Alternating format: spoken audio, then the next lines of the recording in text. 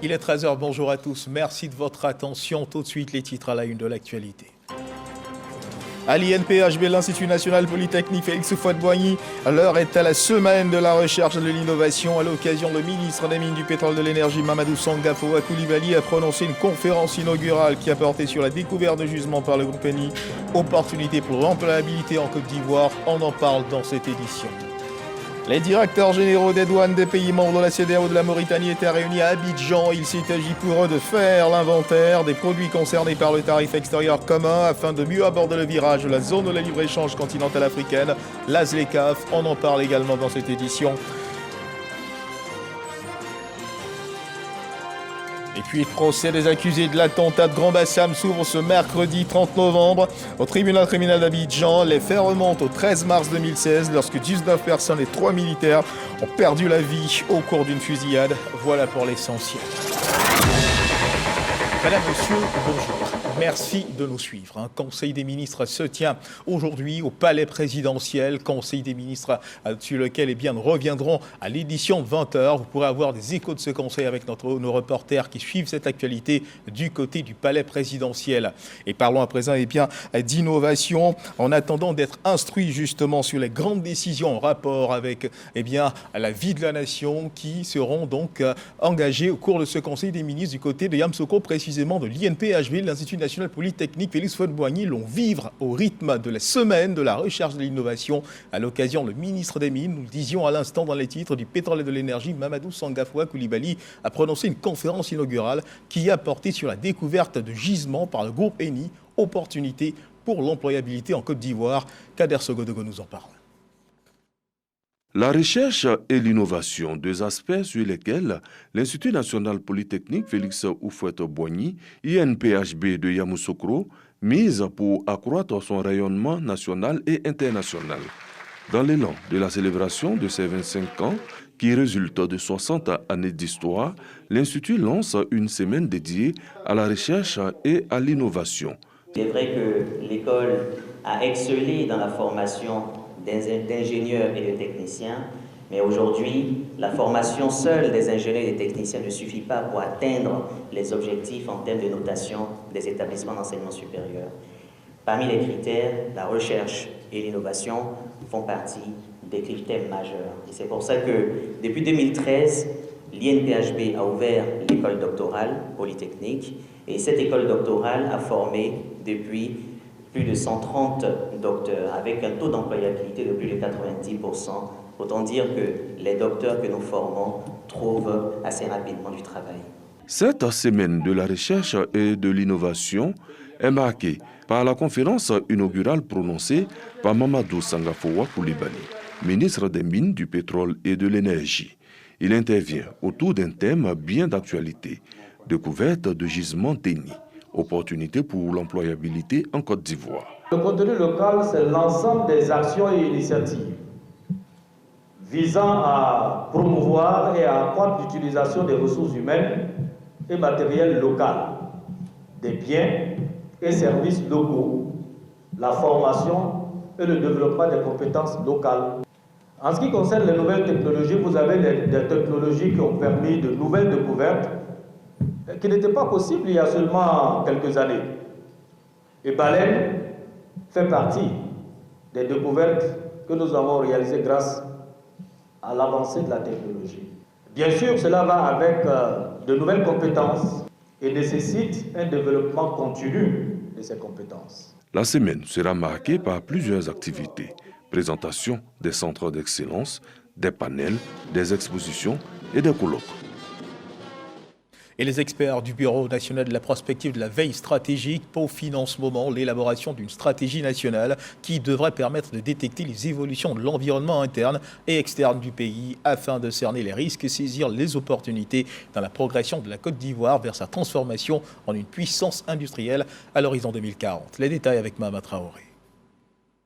Déjà coutumier de plans nationaux de développement périodiques, l'État ivoirien s'approprie de plus en plus l'intelligence économique.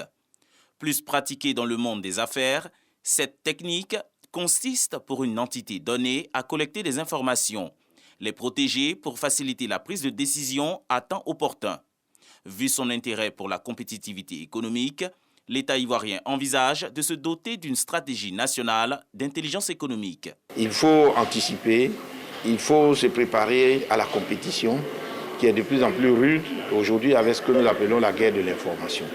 Donc ce sont les pays aujourd'hui qui sont les plus préparés à cela, qui réussissent véritablement à s'inscrire dans une certaine logique, on va dire, de leadership et qui arrivent à s'imposer. La stratégie nationale d'intelligence économique qui est en train d'être proposée vise à accroître la proactivité de l'État de Côte d'Ivoire et à protéger les intérêts du secteur privé. Après son élaboration, la stratégie nationale d'intelligence économique est à l'étape de validation. Le Bureau national de la prospective et de la veille stratégique recueille à cet effet les avis et observations des institutions, ministères et organes représentatifs du secteur privé. Cet exercice d'analyse et d'enrichissement vise à faire de la version finale de la stratégie nationale d'intelligence économique un véritable levier de développement pour la Côte d'Ivoire. Les directeurs généraux des douanes des pays membres de la CEDEAO de la Mauritanie étaient réunis à Abidjan. Il s'agit pour eux de faire l'inventaire des produits concernés par le tarif extérieur commun afin de mieux aborder le virage de la zone de libre-échange continentale africaine, la ZLECAf. On en parle avec Lancine Bakayoko. À cette rencontre d'Abidjan, les douanes de la région ont passé en revue un large éventail de questions, notamment celles relatives à la mise en œuvre de la nouvelle version du tarif extérieur commun, le point du système interconnecté de gestion des marchandises en transit SIGMAT et enfin le plan stratégique 2022-2025 de l'Union douanière de la CEDEAO. Nous, administration douanière, nous sommes convaincus que les efforts qui ont été faits quant à la révision, n'est-ce pas, des catégorisations, ces efforts-là seront de nature effectivement à permettre à l'administration des douanes de protéger l'économie nationale et à permettre à notre administration de continuer de collecter des deniers publics, n'est-ce pas, au profit de l'État. La CEDEAO envisage d'établir une union économique en Afrique de l'Ouest afin d'élever le niveau de vie de ses habitants tout en renforçant la stabilité économique du continent. Nous allons discuter et essayer de voir si on ne peut pas recatégoriser des produits. Ça veut dire changer de mode de taxation de ces produits, soit en les élevant au plus fort taux, c'est-à-dire à 35%, soit en les mettant dans d'autres catégories, des taxations inférieures, pour tenir compte des besoins exprimés par le monde industriel et le monde des affaires dans nos États. Tout ce dispositif vise une meilleure sécurisation des frontières, garantissant aussi bien le commerce, le développement durable que l'intégration régionale. L'objectif de la CEDEAO, c'est une intégration régionale économique parfaite. Et pour ce faire, il nous faut donc une fluidité, non seulement des personnes, mais aussi des biens. Nous avons, dans le cadre du TEC, pu avoir donc une extension pour les 5 prochaines années. La digitalisation devrait accélérer l'opérationnalisation de la zone de libre-échange continentale africaine ZLECAf. On reste dans le district d'Abidjan, direction à présent la commune d'Adjamé où 500 jeunes viennent de bénéficier d'un appui financier de la mairie qui s'élève à 100 millions de francs CFA. Une aide financière remboursable afin de permettre à chaque jeune, à d'autres jeunes d'en bénéficier. Cette aide financière dénommée Farikou Soutrali porte le nom du maire de la commune d'Adjamé, Farikou Soumaoro, et dans l'argot ivoirien le Nouchi, le terme Soutrali pour signifier l'aide apportée. L'objectif de la municipalité à travers cette action est de lutter contre le chômage qui touche les jeunes dans la commune d'Adjamé. Walter Amadou Ouattara. L'équipe municipale d'Adjamé, résolument engagée pour l'autonomie sociale et économique de la jeunesse de sa commune. En complément des efforts du gouvernement, la mairie lance un programme d'aide financière. C'est le Farikou Soutrali. Tous les jeunes d'Adjamé issus des 19 quartiers, sans distinction d'ethnie, d'appartenance politique et religieuse, peuvent bénéficier du Farikou Soutrali et ont la possibilité d'emprunter en 200 et 1 million de francs. Pour cette première édition, c'est une enveloppe globale de 100 millions de francs qui est mise à la disposition de 500 jeunes d'Adjamé, porteurs de micro-projets. Les jeunes bénéficiaires voient en ce projet communal de meilleures perspectives d'avenir. Nous cherchions désespérément des moyens d'entreprendre ou d'agrandir nos petits commerces. Aujourd'hui, grâce au fonds Farikou Soutrali, ce sont des familles que vous mettez à l'abri du besoin et des jeunes que vous sortez de l'oisiveté.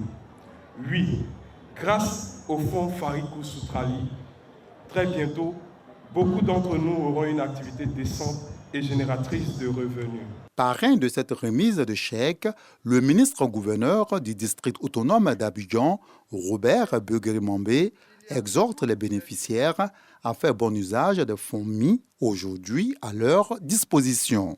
Ce n'est pas pour dépenser dans le plaisir ce montant, c'est pour chercher dans ce montant ce qui est essentiel, c'est-à-dire ce qui va vous permettre de travailler pour que demain, vous puissiez avoir plus.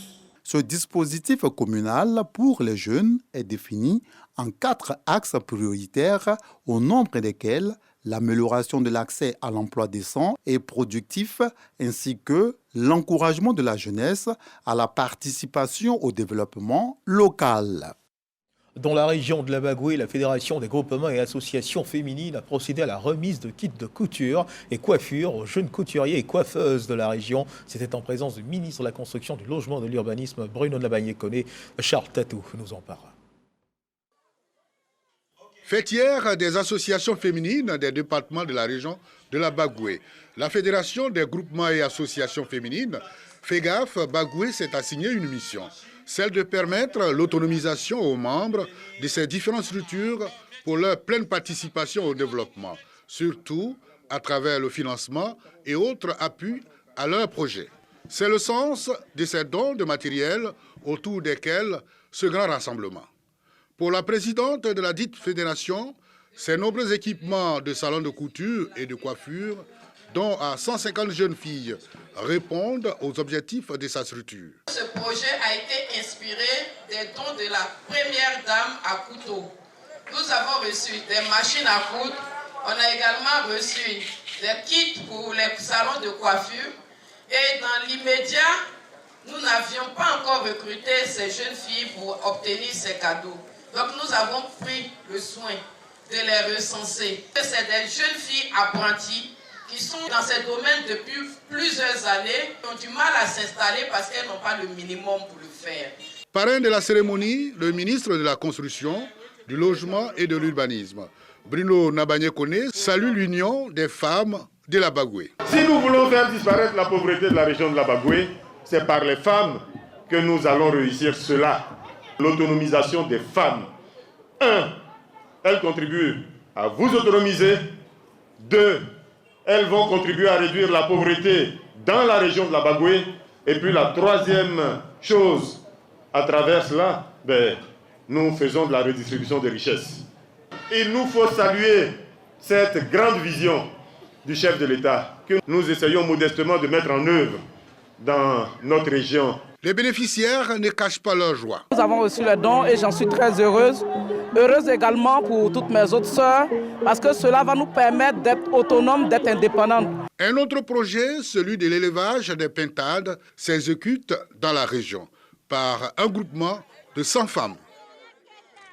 Le ministre de l'économie et des finances, Adama Coulibaly, fait parler son cœur en faisant un don de 150 chaises et des climatiseurs au lycée municipal de Marcory afin que le personnel de l'école puisse travailler dans de bonnes conditions. Rebaptisé lycée moderne Amagou Victor, le lycée municipal de Marcory enregistre des besoins matériels de travail. C'était à la faveur des cérémonies d'honneur au drapeau Godefroy Kambawa. De passage récemment au lycée municipal de Marcory, le ministre de l'économie et des finances, Adama Coulibaly, avait été sollicité par les responsables de l'établissement confrontés à certaines difficultés liées à leur mission. Moins d'une semaine après son passage, le ministre a dépêché dans l'établissement son chef de cabinet. 150 chaises et des climatiseurs sont mis à la disposition du personnel enseignant et des élèves. La salle de professeurs était totalement vide. Un professeur qui enseigne qui n'est pas s'asseoir, c'est un problème.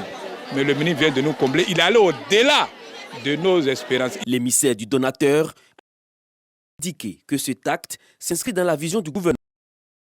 faire de l'école pour tous une réalité en créant sur les conditions. Monsieur le ministre m'a mis en mission pour pouvoir remettre ce matériel et dit, comme il est parrain, il est encore en route, mais déjà, il faut commencer.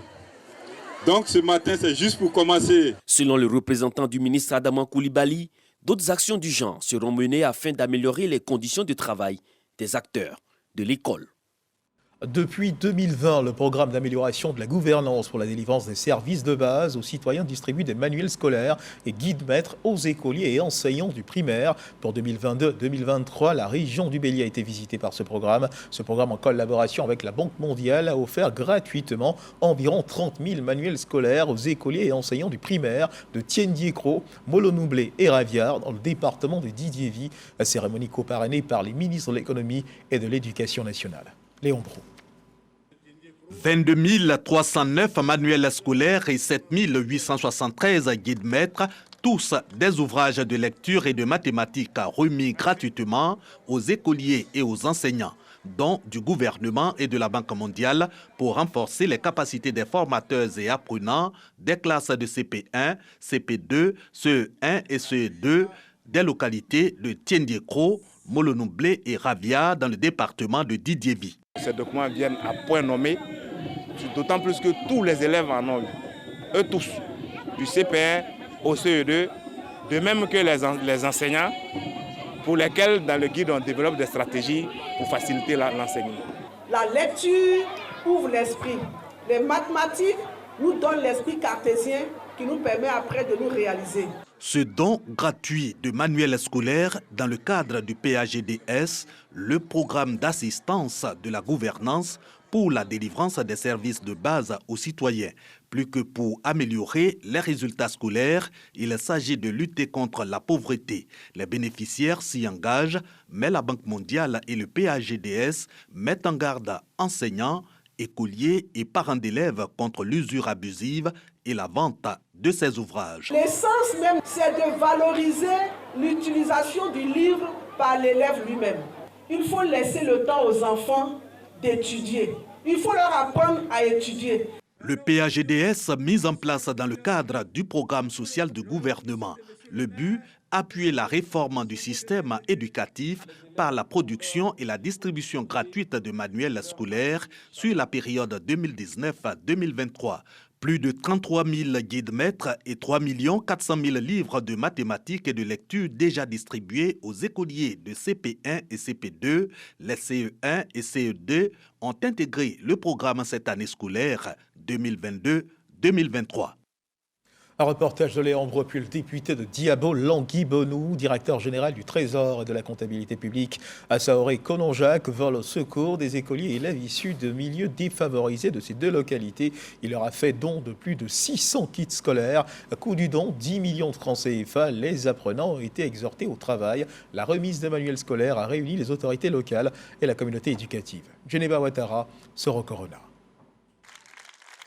624 enfants des milieux défavorisés des localités de Diabo et Langui-Bonou, deux sous-préfectures de la région de Gbeke, reçoivent des kits scolaires et des cartables, dont du député Assaouri-Kononjak, directeur général du Trésor et de la comptabilité publique. Sur les 624 bénéficiaires, 353 sont du primaire et 271 du secondaire. En plus des manuels scolaires, 26 élèves de la classe de 6e bénéficient du projet Bourse nationale de manuels scolaires d'un montant de 660 000 francs CFA. Coût total des dons, 10 millions de francs CFA. La remise des kits a eu lieu en présence des autorités locales et de la communauté éducative. Pour le donateur, l'action sociale et de solidarité vise à aider les parents dans la prise en charge de leur progéniture. On peut être meilleur parce qu'on a tous les moyens pour être meilleur. On peut ne pas être meilleur parce qu'on n'a pas les moyens d'être meilleur. C'est le cas des enfants défavorisés. Ils n'ont pas les moyens d'avoir des fournitures, ils n'ont pas les moyens d'avoir des tenues. Donc, dans l'intervalle, j'ai souhaité accompagner les enfants démunis. Les bénéficiaires traduisent leur reconnaissance aux donateurs. Je prends la parole au nom de tous mes amis élèves de Diabo et Langui-Bonou pour exprimer notre gratitude à notre papa, qui ne ménage aucun effort pour répondre présent chaque fois que nous avons eu besoin de lui. Nous vous promettons de bien travailler à l'école. Assaro Konajak exhorte les élèves bénéficiaires à plus d'abnégation, d'ardeur au travail et à écouter les conseils en vue de leur réussite scolaire avant d'interpeller les parents sur le travail des enfants dans les champs aux heures de cours. Le sous-préfet de Diabo, Soulange Touapé, invite également les parents d'élèves au retrait ou à l'établissement des actes de naissance des enfants afin qu'ils puissent passer les examens de fin d'année.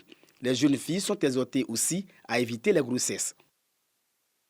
Parlons à présent de cohésion sociale. Pendant 2 jours, les leaders de communauté et d'opinion de la commune de Ndoussi étaient réunis en atelier pour une formation qui s'est tenue à la salle de réunion de la sous-préfecture. Cet atelier constitue la 2e phase du processus de conciliation du rétablissement du vivre ensemble des différentes communautés vivant à Ndoussi, une initiative de l'institution de médiateur de la République. Godefroy Kambawa.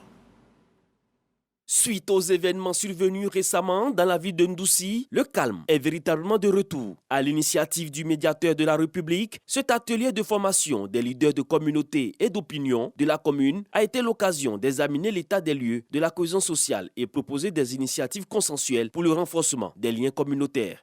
La mission du médiateur de la République a pu constater une ferme volonté des populations locales d'aller à la paix, de tourner définitivement le dos à la violence afin de restituer à la ville de Ndoussi son lustre d'antan. Chers participants, au terme des travaux, il conviendra d'acter ou de sceller votre détermination à aller à la paix à travers une charte de votre conduite qui constituera une boussole pour vous orienter efficacement sur les beaux sentiers de la cohésion sociale. Cette rencontre constitue la 2e phase du processus de conciliation et du rétablissement du vivre ensemble. Les résolutions permettront la communication, l'échange d'informations et surtout d'évaluer le niveau de paix. Les participants ont adopté un esprit de famille et de collaboration durant ces rencontres qui augurent de l'espoir pour le maintien de la cohésion sociale à Ndoussi. À suivre à présent l'évolution de la Covid-19 en Côte d'Ivoire.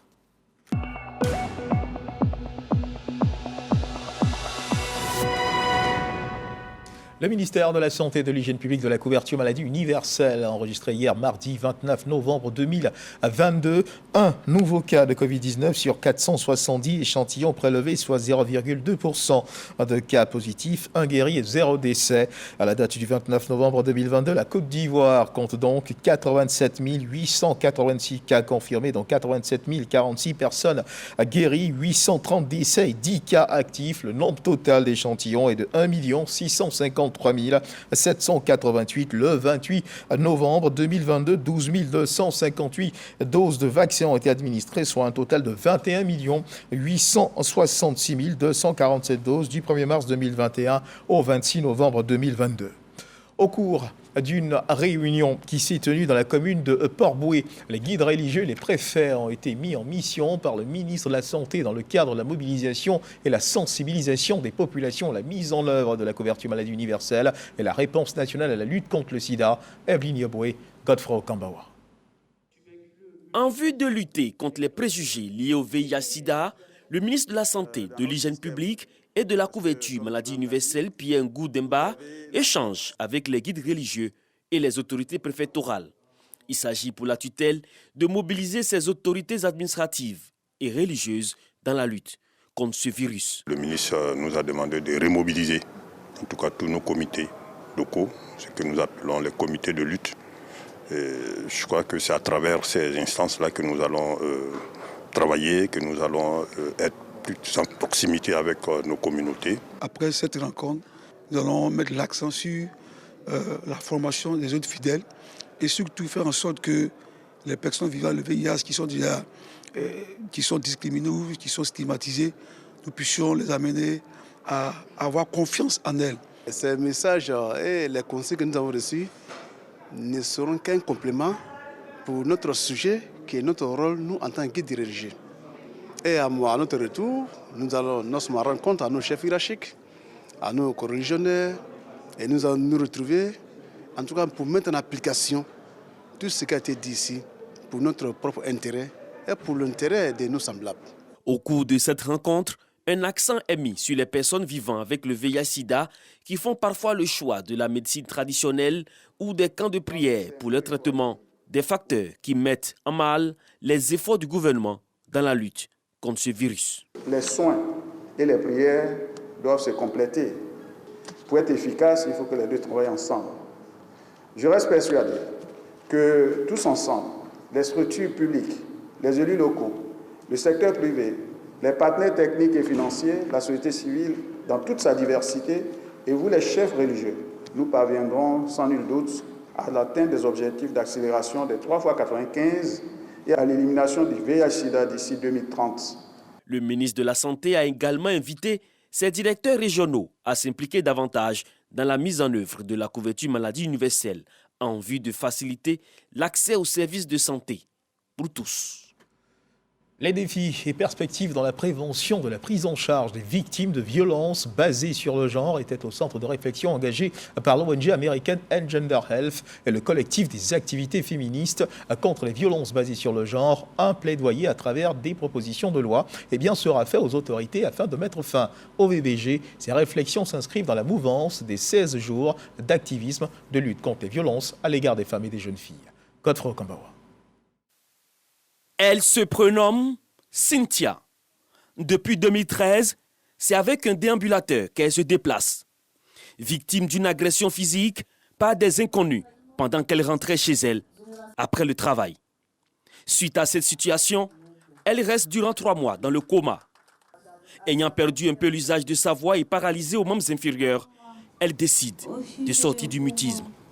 Cynthia joint sa voix à celle des activistes féministes engagée dans la lutte contre ces violences basées sur le genre. Pour moi, elle est guérie.